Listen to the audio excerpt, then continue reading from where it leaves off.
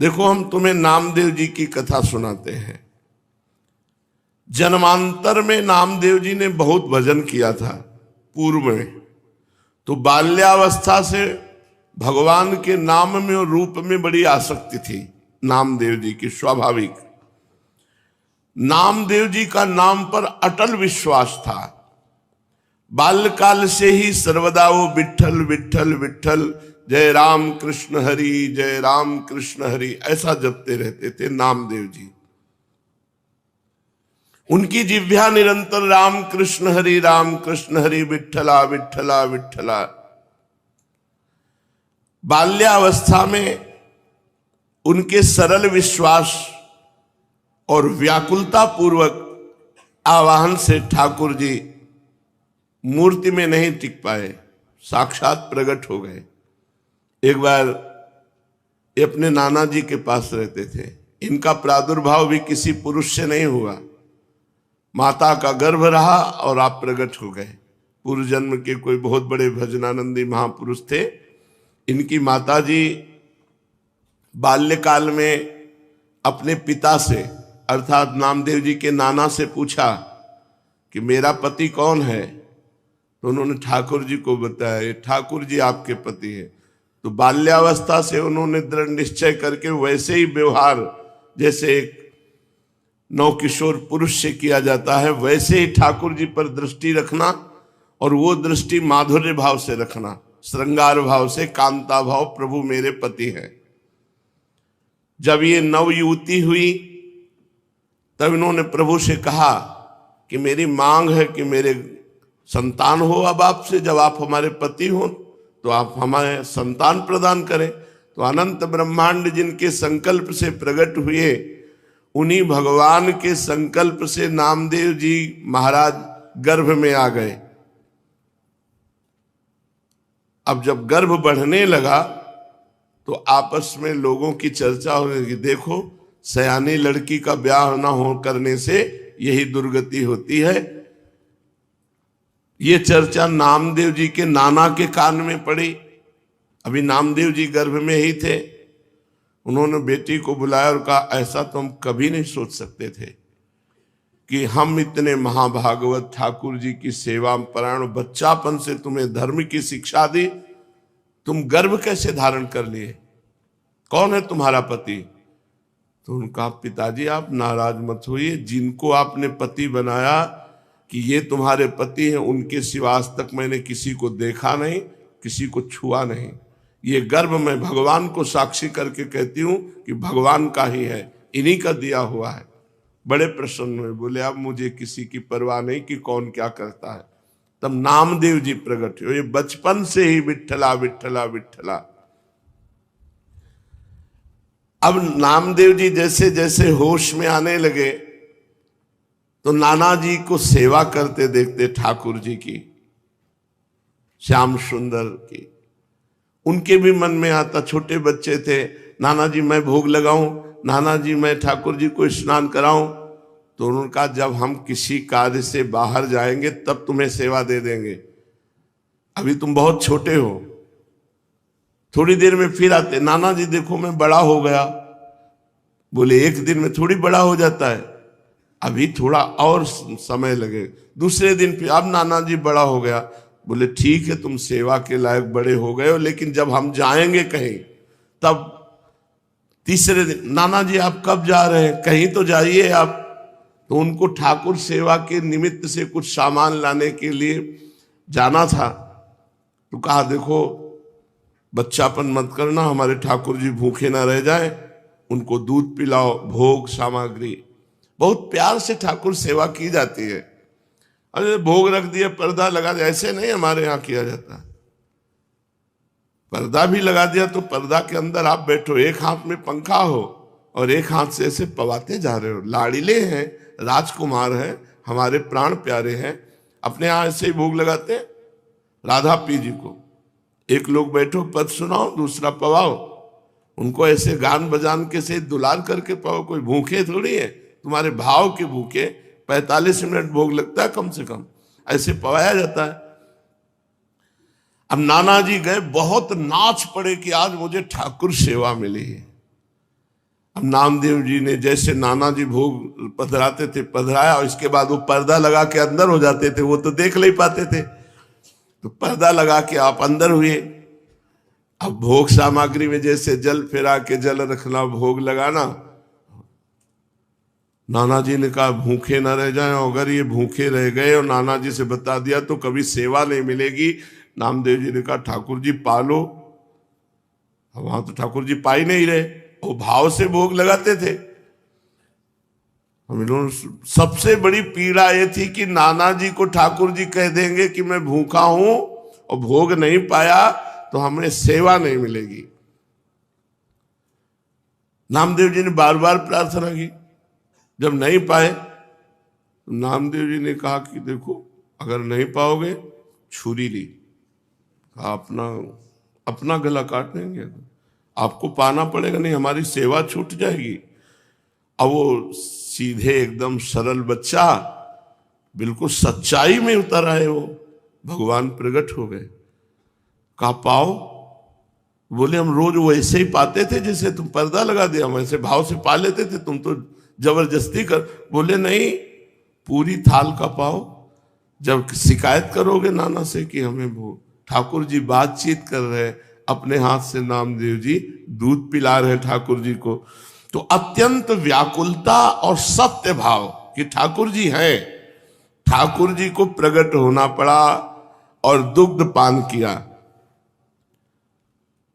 बड़ी प्रसिद्धि नामदेव जी की, नाम का प्रकाश। भगवान विट्ठल उस दिन से रोज वार्ता करते थे नामदेव जी से। एक बार काशी आदि तीर्थों की यात्रा करके निवृत्तिनाथ, ज्ञानेश्वर, सोपान देव, मुक्ताबाई, नामदेव और गोरा कुम्हार जी के घर ये सब बड़े बड़े संत बैठे हुए थे। समस्त साधुजन गोरा कुम्हार भी बड़ी ऊंची के स्थिति के महात्मा थे, तो उनके यहां एक थापी पड़ी हुई थी जिससे मटकी को गोल किया जाता है। मुक्ताबाई ने ऐसे थापी उठाई और गोरा कुम्हार से कहा चाचा जी ये क्या वस्तु है? गोरा कुम्हार जी ने कहा ये थापी है। मुक्ताबाई ने कहा ये किस काम में आती है? गोरा कुम्हार ने कहा इससे मिट्टी के घड़े को ठोक ठोक करके देखा जाता है कि पक्का हो गया कि कच्चा भी है। मुक्ताबाई ने कहा अच्छा, इससे देख करके पता चलता है पीट करके कि घड़ा पक्का है या कच्चा? तो मैं देखूं घड़ा पक्का है कि कच्चा? तो उनका देख लो। उन्होंने समझा घड़े की बात। उन्होंने ज्ञानदेव, सोपानदेव, एकनाथ जी, बड़े बड़े भक्त जो बैठे थे सब कैसे थापी मारी, कोई नहीं बोला। जब नामदेव जी के थापी मारी तो उन्होंने कहा ये क्या है, ये क्या खिलवाड़ कर रहे, सर पे थापी मार। बोले चाचा ये घड़ा कच्चा है।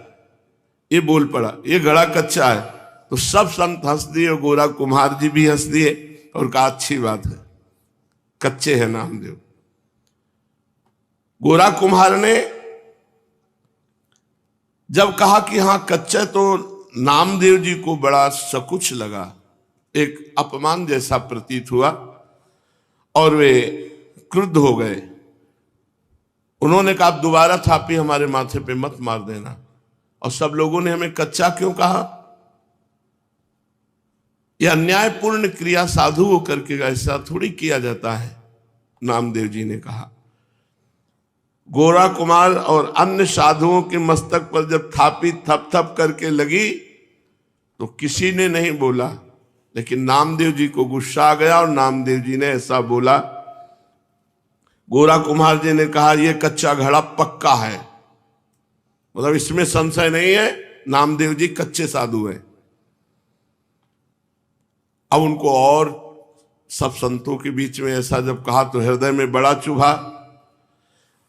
नामदेव बुरा मत मानना, तुम भक्त अवश्य हो, इसमें कोई संशय नहीं, पर अभी तुम्हारे अभिमान को कोई चोट नहीं पहुंचाया, अभी तुम्हारा अभिमान सुरक्षित है, इसलिए तुम कच्चे साधु हो। ठाकुर जी के पास वो एकांत में गए विट्ठल भगवान से, और विट्ठल भगवान से कहा कि सब लोग हमको कच्चा कह रहे हैं, तो मैं कहाँ से कच्चा हूं? कह रहे तुम्हारे अंदर अभिमान है।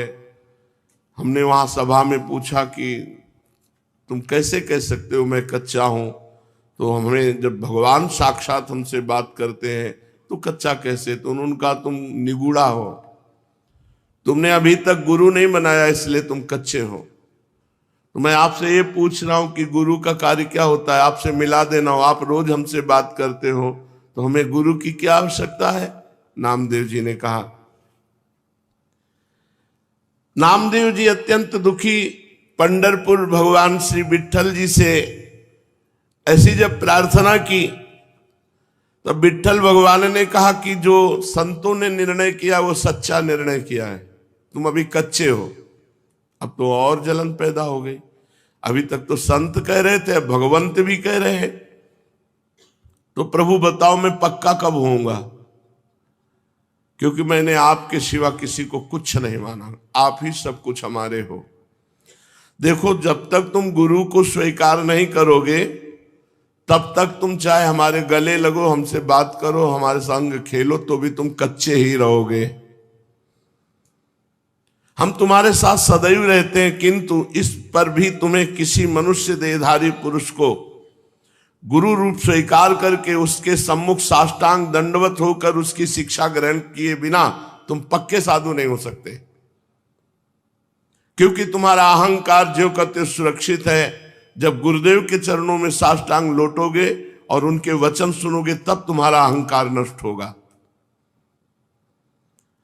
अतएव तुम गुरु का वरण करो। तो नामदेव जी ने कहा कि प्रभु मैं कहां गुरु खोजूं, किसको गुरु बनाऊं? तो कहा जाओ, सामने जंगल है, उसमें एक भगवान शंकर का मंदिर है, उसमें एक विशोबा खेचर नाम के महापुरुष पड़े हुए हैं, उनको गुरु रूप में वरण कर लो। वहां गए, बड़ी विचित्र दशा देखी। वो बड़े अवधूत कोटि के महापुरुष भगवान शंकर के पिंड पर जो चिन्ह है शिवलिंग, उस पे तो पैर रखे हुए हैं और डेहरी पे सर रखे हुए आराम से सो रहे हैं। नामदेव जी गए, उन्होंने कहा कि इनको क्या गुरु बनाए, ये तो साधारण वैष्णव धर्म को भी नहीं जानते हैं। शिवलिंग पर पैर रखे हैं और डेहरी पर सिर रखे हैं। कहा महात्मा शिव जी से पैर हटाइए। तो आंख खोल के देखा और कहा बेटा जहां शिव ना हो वहां पैर रख दो। इस बात को वो समझ नहीं पाए कि कण कण शिव स्वरूप है, कोई ऐसा कण नहीं जहां शिव ना हो। उन्होंने पैर पकड़ा और हटाया। जे ही हटाया तो वहां दूसरा शिवलिंग, जिधर हटाते उधर शिवलिंग, क्योंकि सिद्ध महापुरुष ओहो चरणों में गिर गए। कहा बेटा कोई कण ऐसा नहीं जहां भगवान ना हो। बस नामदेव जी के हृदय में ये बात बैठ गई, कोई कण ऐसा नहीं है जहां भगवान नहीं, सर्वत्र भगवान है। नामदेव जी को उपदेश दिया। नामदेव जी ने विशोबा जी के चरणों में आत्मसमर्पण कर दिया। नामदेव जी विट्ठल भगवान को केवल मंदिर में ही मानते थे। एक दिन एक कुत्ता वो ठाकुर जी के लिए भोग बना रहे थे, रोटी बना के ऐसे रखी, घी गरम कर रहे थे, वो रोटी लेके भागा।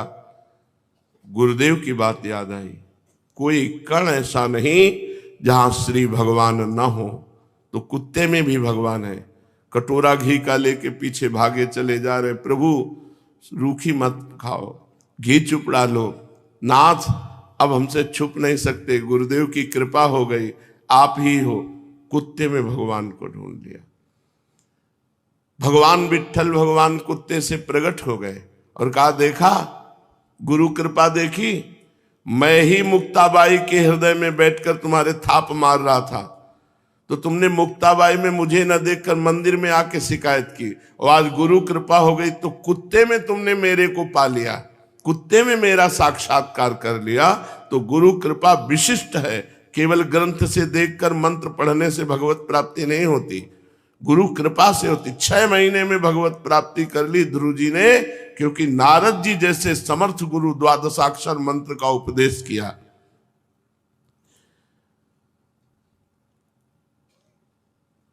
पांडुरंगा के आदेश से नामदेव जी सिद्ध महापुरुष हो गए। सर्वत्र भगवान का एक बार भूत प्रकट हुआ तो उसमें कहा जय हो लंबकनाथ, बहुत लंबा चौड़ा भूत, उसमें विट्ठल भगवान को देख लिया। नामदेव जी के निरंतर अश्रु चलता रहता और गुरु प्रताप से सर्वत्र भगवान का साक्षात्कार करते। अचित चित ईश्वरहा, चेतन अचेतन सब कुछ भगवान है, ऐसा नामदेव जी को दर्शन होने लगा। व्यास, पाराशर आदि महर्षि गण ने चेतन अचेतन सब कुछ भगवत स्वरूप लिखा, भगवत स्वरूप देखा। इसलिए नित्य गुरु की आज्ञा में रहे। प्रकृति अविकृति विश्वयोनि शुभा नाना वर्णात्मिका अजा त्रिगुण सुनिलया अव्यक्ता निर्व्यापारः परार्था महदमितसु, ऐसी दिव्य माया शक्तियों का पार पाकर वो परम पद का अधिकारी होता है जो गुरुदेव के चरणों का आश्रय ले लेता है।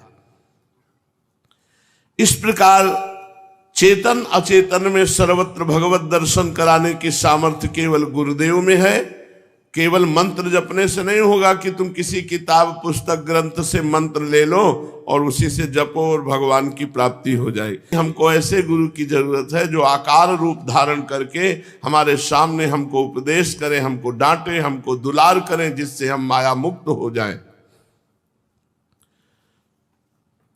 शिष्यस्य तद्दिनम देवी कोटि सूर्य ग्रहे समहा चंद्र ग्रहण कालम ही तद्दिनम वर वर्णिनी गुरोर दर्शन मात्रेण सर्व पापै प्रमुच्यते तत्क्षणात् चलापांगी दानम कुर्याद विचक्षया।